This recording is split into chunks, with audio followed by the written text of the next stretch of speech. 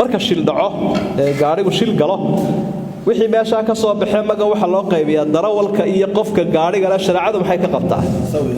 sharaacadeen iyo xataa qaanuunka gaalada ee maxkamadaha yaala qofka gaariga la waxba laba weydiiyo waxa la weydiiyaa qofkan darawalka ah ayuba la yiraahdaa xadgudub iyo gaboodfal miyuu sameeyay isaga arintiisa la miisaama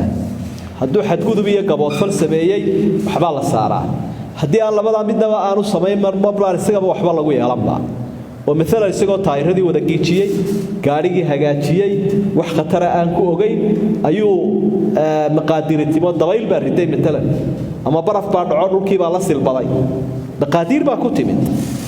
ama neef ordayo oo ugaadha baa ka soo horbooday gaarigii soconaya saasuu ku qalibmay waxba lagu malay ama ilmi yaraa baa dabada qabsaday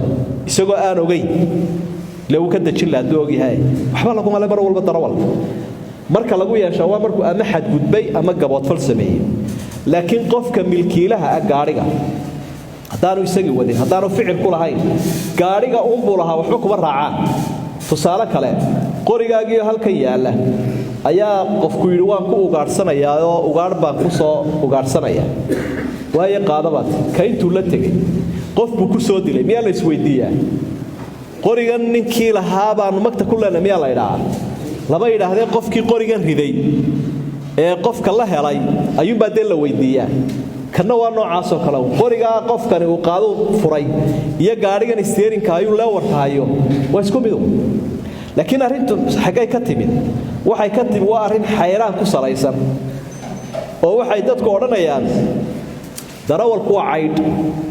gaariga nin kalena waa hantiile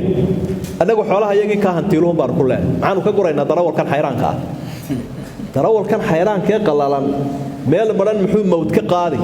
adeer waxba ka qaadi meeyay gaarigaasi ama uu noo xidhnaanaya waa qasabkii moogti ama maktiba dhigaysa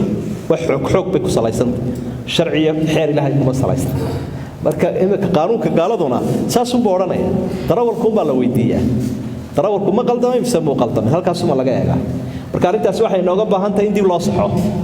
oo sharaacada la waafajiyo haddii sharaacada la waafajin waayana oo darawalkii xoogga wax laga qaado xoolo xaraana baa laga qaaday asalkeedaba qof kasta oo xoog wax laga qaado sharciga laga qaaday wixii laga qaado waa xaraan